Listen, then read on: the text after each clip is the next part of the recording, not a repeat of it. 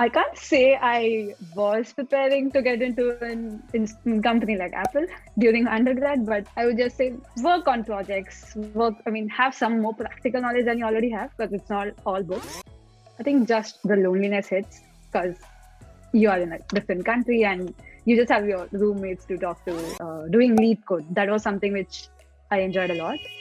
I think that helped me a lot to secure a role at Apple because it helps you, right? Rather than sulking over something which you couldn't do, it's much better if you utilize that time to move forward and make the best of it.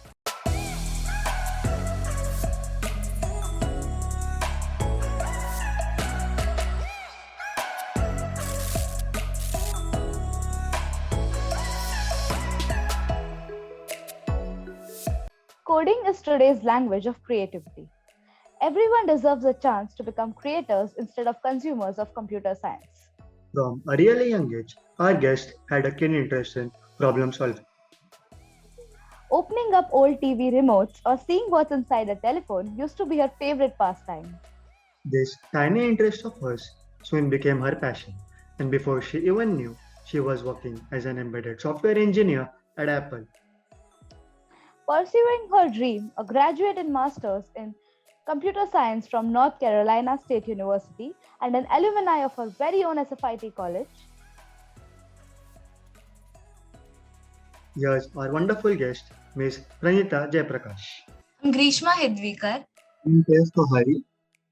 And we are your hosts for today. Let's give it up for Ms. Pranita Jaiprakash. Thank you.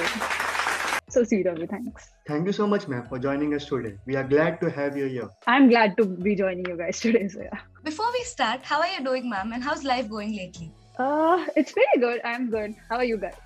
We're also great, ma'am. In the post-pandemic era, things are finally starting to get back to normal. Yeah. I've heard from my family that it is trying to get back to normal in India now. I mean, in here, It started way back, I think, at least 4-5 months before, but good that even you guys can get out of the house now. It's good to know, ma'am. Let's just hope things get back to normal soon. Hopefully, yeah. And for those who don't know, Pranita ma'am is a SFIT alumni. And here he has some questions for you, ma'am, to relive your college days.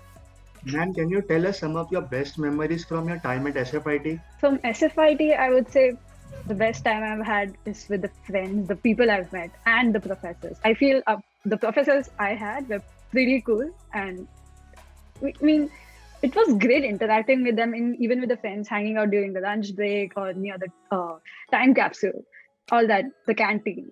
I miss all those things, yeah. And those were really the golden days. Even we can't wait to get back to college and start offline college. Yeah. Ma'am, we hear you were also a membership head at IEEE SFIT. So how was your experience working at a college chapter in SFIT? It was great. As in, it was mostly bookkeeping kind of thing. I just had to make a list of all the members, collect all the money which was needed for some of the programs that they were holding. Apart from that, what I liked the most was working together as a team. I think we had a great team. I loved working with them. I mean, we used to have meetings sometimes during 5 or after college, and I really like working together with those people. Yeah. That was the best. That sounds like a wonderful experience, ma'am. Like, would you encourage people to join committees in SFIT? Yeah, I mean, you should, right? I mean, you should be doing something apart from your studies. It will make it less boring. You'll like coming to college, meeting new people. Yeah. Ma'am, what was your favorite place on the whole of SFIT campus? Yeah, as I mentioned earlier, the time capsule, we used to hang out a lot there. So I think that's my best place. Yeah, really, same here, ma'am. And the football ground. We used to hang out there all the time. Ma'am, due to the pandemic, the third years only got one industrial visit and the second years have no IV experience. So what was your favorite IV experience so far? Sadly, I haven't been to any IVs during my college. I always had some or the other plans with my family during December, the time that usually you had IVs. So yeah, I couldn't go, but I wish I could have. Yeah, even I am looking forward for IVs. Even I haven't been on one yet. Are you guys in second year or third? I am in second year. I am in third year. Oh, nice. And like, where did the IVs go during your time? Like a far I think it was Jaipur, Manali. I think it's the same places, right? I think it has been the same for many years. Now it just goes to some company like Vasai or anything. Oh, They prefer companies like nothing. That's sad. I mean, I remember my friends who used to go, they used to have so many stories to tell. And I think it was Jodhpur, Jaipur, and yeah, places like that. Awesome, man. That's such cool places. Ma'am, we are really curious to know about your journey of doing B from EXTC in SFIT to now doing Masters in Computer Engineering in US. I knew from, I think, third year or something that I didn't want to sit for placements, or GATE was not something I was keen on doing. So the only other option I could see was GRE. And because it only had more verbal and quantitative analysis, it was right up my alley. And my parents were supportive of it. So I think around end of third year or something, I started preparing for GRE. It took me, I think, 3-4 months. Then I gave my GRE TOEFL, and we had a lot of other students also from my class who were giving it. I mean, one thing I would like to mention is the teachers were really supportive. I think there were times when I was probably practicing some problems or something, and even though they have seen that I'm not paying attention in the class, they would still let me go because I was doing something which was for my future, right? So they were really nice. So then after all the GRE and stuff, I think it took 3-4 months for me to start applying for colleges.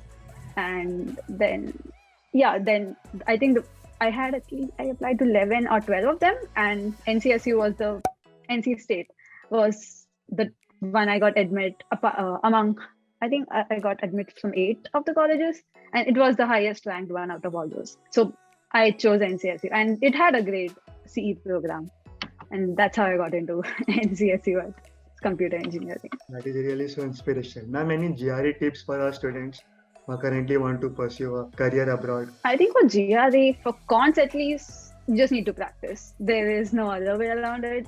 The more problems you solve, the more you learn. Because I remember I had this thick books, and I had to go through each topic as such. And once you give more mock tests, you realize what your weak points are, and you should try and solve more problems on those topics. Because even if you like some topic, if you keep solving it, the improvement is not that good, right? When you are working on your weaknesses, that's when it actually matters most. So I would suggest do that. And for verbal, read books, give mock tests, talk to people, form a group of students who are giving GRE. You can have your verbal, what do you say? For TOEFL, I think you have speaking assignments and all. So you can talk to each other and it's easier to talk to a person in front of you rather than sitting alone and talking to yourself. So that helps. And it also helps you, they give you tips when you're in the same boat. It helps to,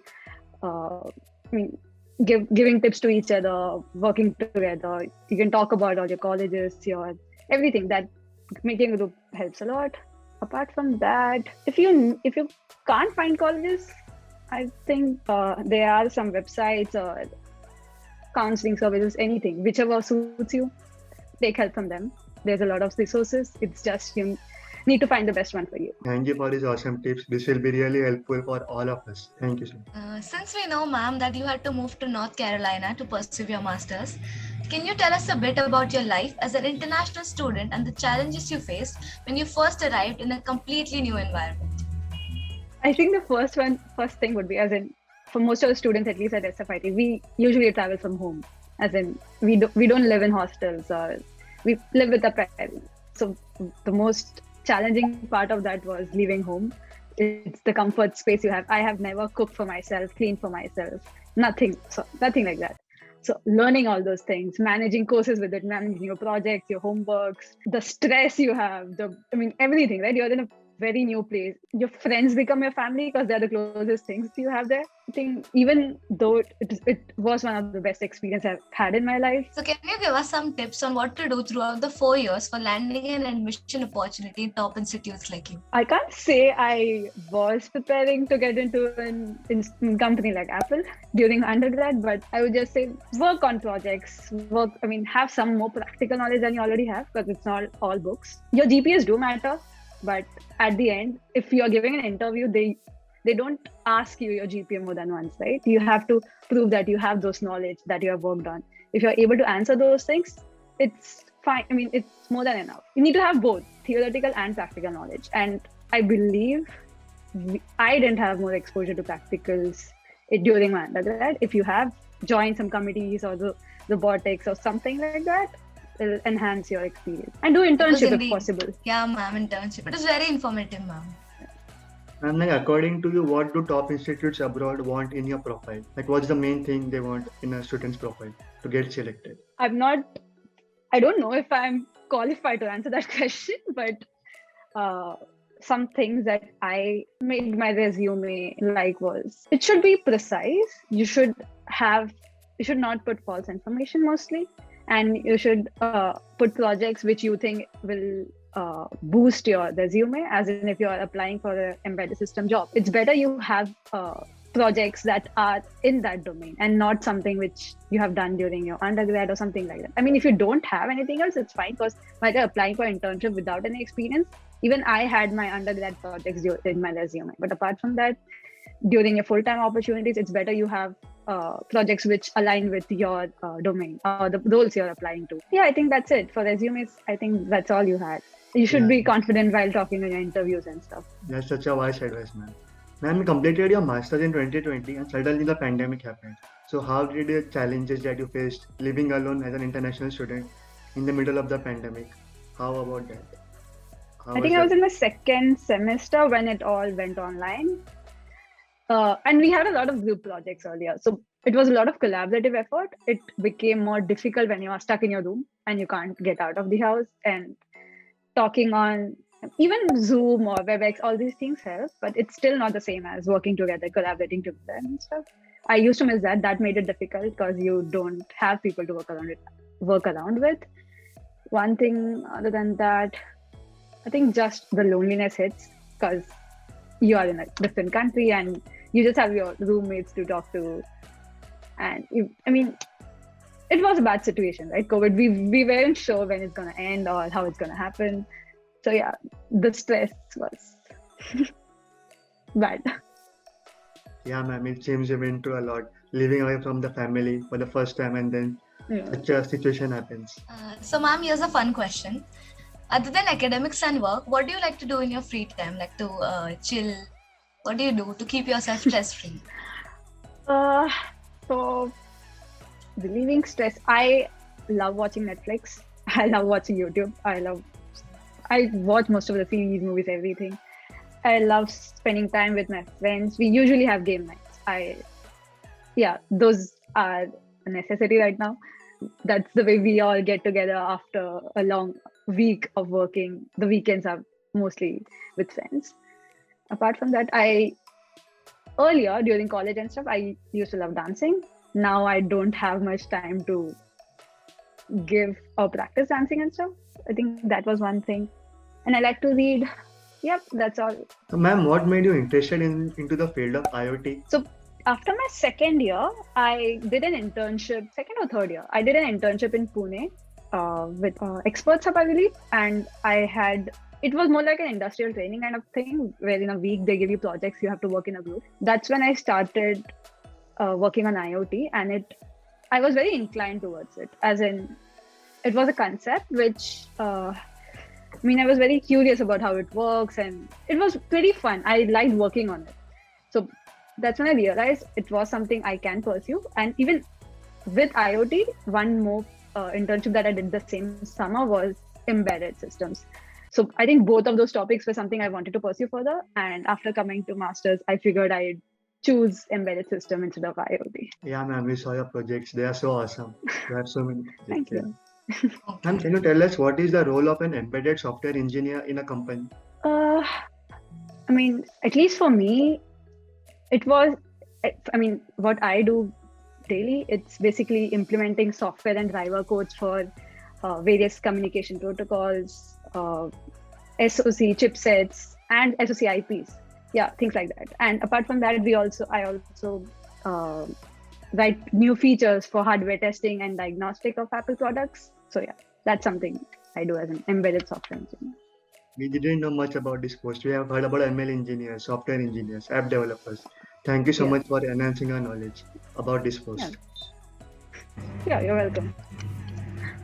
Also, ma'am, we would love to know about your journey of becoming an embedded software at Apple. I think during the summer, I didn't secure an internship. That's when the COVID hit. It was the summer I was supposed to get an internship. So even the jobs were pretty low, as in the job market was low. And I believe most of my friends had internship, and I was in a very bad state.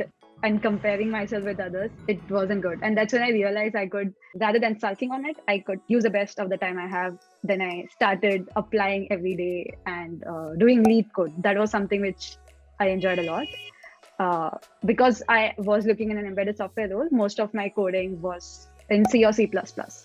So I used to do many problems which were related to embedded or hardware. Some topics like bit manipulation and stuff on lead code. And I used to solve at least 3 to 5 problems every day. And then after that, I used to Google some interview question list for embedded systems engineer. And I used to prepare at least 10 or 15 each day. So that's how I utilized the 3 months I had. And I think that helped me a lot to secure a role at Apple, because it helps you, right? Rather than sulking over something which you couldn't do, it's much better if you utilize that time to move forward and make the best of it. Yes, ma'am. That was indeed very inspiring. Such an awesome answer. So much dedication you had to put, like, regularly consistent. I mean, it's not just that. I mean, you should take a break though. I used to watch Netflix after that. In the evening, I used to have at least 2-3 hours of break. It's not just studying and stuff, but yeah. Ma'am, you said that you used to practice a lot of lead code. Can you give us some tips on how to solve difficult problems on lead code? I mean, there are various applications like lead code. I think I can't recollect the names, but in lead code, at least you can select the topics you want. You can select the difficulty level. You start from easy, even if you don't know the solution. You can look at the answers later and then practice it again. So it's not just like you have to do it yourself. You can look at other people's answers and stuff and have the most optimized solution. At least for me, the first time I never got the optimized solution. Then I saw different people's answers, and then I realized, I could do it this way, or I could do it the other way. So I think it start by doing easy problems, go to medium, and do one hard a day at least. I think hard questions take a lot more time. So yeah, do one a day. I think that's more than enough. Or if you like coding that much, you can do it the whole day. True. And that's really awesome. I'm a little curious to know, what was your reaction when you got accepted at Apple? So when I got the call from my recruiter that they are planning to hire me, I was really excited. I couldn't show it to her on the call because I wanted to be professional. But yeah, just after I kept the call, I ran to my roommate. I was like, I got the job. I called my parents, my friends. I was over the moon. And I could see that they were proud of me. It made me really happy. That's something to be proud of, really, ma'am. It could have been the reaction of all of us if you ever got an offer from such a big company like that. So, ma'am, staying in abroad, which Indian tradition do you miss the most? I am a Malayali, so we used to celebrate Onam and Vishu every year with my family. I miss that. I think apart from that, all other festivals we celebrate here too, friends. Yeah. Ma'am, how would you compare the job scope of India and US, especially in the field of computer engineering? I think not just computer engineering. If I compare US and India job market, you get a lot more exposure in US. You have a lot more companies to apply to. I believe that in India, you're spoon-feeded your opportunities. You have campus placements, right? Your college brings the companies to you, and you just have to give interviews in your own college. But here, college has no role. You have to find your own opportunities. You have to contact recruiters. You have to build the networking you want. It's all up to you. So I believe it depends on how hard you work on it. You get that good of a role. It all depends on you. Your college will have a career fair, but it's open to all other colleges. There'll be companies, but it's not like they have to fill a certain number of seats. They don't hire you unless they like you, or if they don't feel like you are technically competent. And it's mainly networking. Networking helps a lot in US job market. Awesome, ma'am. Ma'am, those are a lot of questions and some awesome answers from you. Now let's take a small break and play a fun game. We just say a phrase and you have to say the top 3 things that come to your mind. Okay. We'll start. Top 3 travel destinations. Italy, Paris, and Utah. Top 3 coding languages. C, C++, Python. That was a really fun icebreaker, ma'am. And now let's get back to the questions. Ma'am, you have a lot of experience in IoT and have also worked with Arduino and Raspberry Pi. So what are your go-to programming languages? I mean, right now it's mainly C, C++. I've lost touch with Python. I am not very, in sync with Python right now. I would say C or C++. Okay, that's really great. Ma'am, so currently students are in dire need of job opportunities as the pandemic has hit. And what kind of projects or coursework did you did that made you stand out from others and made your resume, attracted to big companies like Apple? See, most of the projects you work on during your master's is academic projects. So you need to choose your courses wisely. If you should know what job roles you're looking at and choose your courses according to that. And you should also prioritize the projects you have worked on according to it. I mean, if you like only 3 out of the 5 things projects you have worked on, you can mention those 3 on the top and prioritize like that, because most of the interviews they ask you the first project they see. So depending on what you want to talk about, prioritize your projects on your resume and what kind of projects. I mean, you can always have personal projects on your resumes, but it's difficult to find time with all the course load you have. I mean, if you see the courses that you take during a master's, it's pretty difficult, but you can always do if you have time. Ma'am, you have so many awesome projects and coursework in your profile. We just saw that. That's why you got so many big opportunities. That's really awesome. Thank you. Yeah, I did a lot of internship during my undergrad to work on all these projects. I think most of those Arduinos and RPi projects were during undergrad and during these internships. I'm not sure. Are you guys allowed to do a 6-month internships now? I am currently doing a 3-month internship. I don't know about. That's great. We just had 1-2 months that we were given. I think I did 20-day and 1 week, 2 of 1 week internship. So it was mostly projects like these on Arduinos and RPis that I was doing. Any advice to grab internship opportunities for the students? Networking, talking to people, getting your resume well, or if you can't find anything, you can always find these summer internship courses that they have, the industrial training stuff, that you can apply to those if you don't have any other option. Yeah, sure. We'll do that. We'll keep in mind. Can you tell us something about the culture and work environment at prestigious companies like Apple? I joined during COVID, right? Even now, it hasn't gone its full capacity as it was before. So right now, only some people come to office. Still, I think the people are really nice. You get to interact with a lot of innovative minds. You are inspired by the work they are doing. You are always pushed to work better or think better. And they always support innovation. And I think it's a great experience with working with these brightest minds that I can find. So yeah, it's fun. That sounds like a wonderful experience, ma'am. Yeah, now working at Apple must be so cool. You really can't wait to get back to offline and get into the office. Right? Yeah. Is there any specific mantra or advice that you followed to get through the difficult period as a student of computer science? If yes, then we would like to know about it. I think, as I mentioned, when I didn't get an internship, I was comparing myself with others. I would say don't compare yourself unless it's for the good. If comparing pushes you to work harder, then great.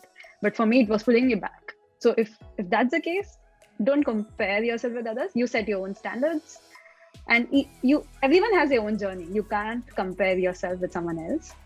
It's make the best out of your situation. It'll always help you or push you to work harder for that. It was very insightful to know, ma'am. I'm sure it will help all of us. Yeah, true. A lot of students usually want to go abroad to study at top universities. What's your advice to them? Like how they should start their planning? Prepare for your GRE, TOEFL well. If your scores are great, you'll probably get into a good institution, and you need to work on your SOP, your LORs from your teachers. Yeah, letter of recommendations do make a difference. So talk to your professors for that. And once you get into an institution, it is difficult. There's no other way around it, but it is the best time you'll ever have. There's no doubt. Yeah, true, ma'am. That's an awesome advice. Ma'am, like one last thing you would like to say to all the budding computer engineers who are currently in their undergrad? Keep learning, find new things, learn new things, work hard, or do what you like. If you are interested in some specific field, it's fine. Even if it's not mainstream, you can still pursue it. Find opportunities that you like, work on things. If you don't know what you want to do, work on different things and figure that out. Yeah, I think that's all. Ma'am, that was really great. It was so nice talking to you. On that note, we come to the end of our 4th episode of the season 2 of the CSI Show. Thank you so much, Pranita ma'am, for having such an amazing conversation with us. It really means a lot. It was really an honor to get to know you, and we hope you enjoyed a lot with us. And to all the viewers out there, thank you so much for watching the CSI Show. Make sure to like, comment, share, and also hit that bell icon so that you do not miss any update from the CSI Show. Until the next episode, go ahead and Make it happen. Thank you. Thank you, guys. Thank you, ma'am.